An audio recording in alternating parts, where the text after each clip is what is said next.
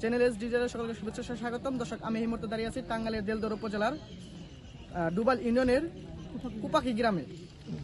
দর্শক, আপনাদের দেখানোর চেষ্টা করব আমি যে ডুবাল ইউনিয়নের যে পড়াইখালী স্কুল মাঠ হতে কুপাকি গ্রামের যে রাস্তাটি রয়েছে, সেই রাস্তাটি কিন্তু দিন দিন কিন্তু বেদখলে যাওয়ার কারণে এই রাস্তাটি কিন্তু জনদুর্ভোগ হয়ে পড়েছে।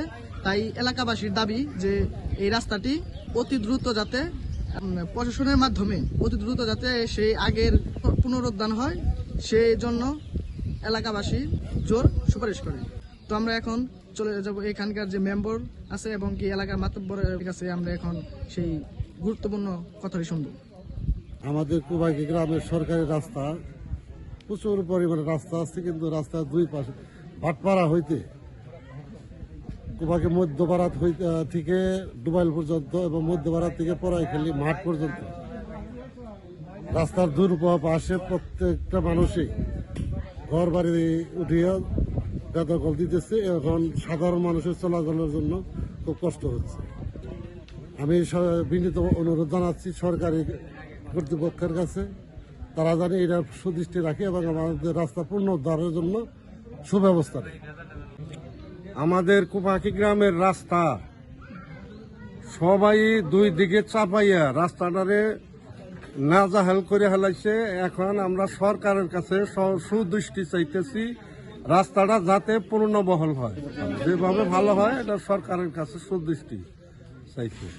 আমার দেলদার প্রশাসনের দৃষ্টি আকর্ষণ করছি, আমার গ্রামের যে সকল রাস্তা আমরা চলাচল করতাম, গাড়ি ঘোড়া চলতো, এখন বিভিন্ন স্থাপনা তৈরি হয়ে রাস্তাকে আস্তে দিন দিন অনেক শুরু করে ফেলছে, যার কারণে আমাদের যাতায়াতের সমস্যা হচ্ছে।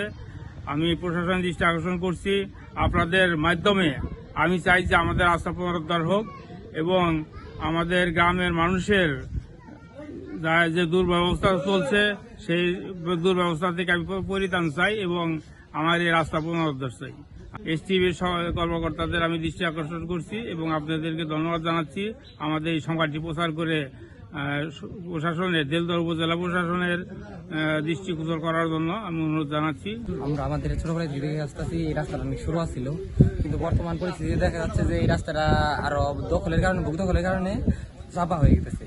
এখন আমরা চলাফেরার সমস্যা অনেকটা হচ্ছে। আমাদের স্কুল কলেজের ছাত্রছাত্রী যারা আছে এই রাস্তাতে নিয়মিত চলাফেরা হচ্ছে, তারা কিছুই পারতেছে না, তাদের যেতে অনেক অসুবিধা হচ্ছে।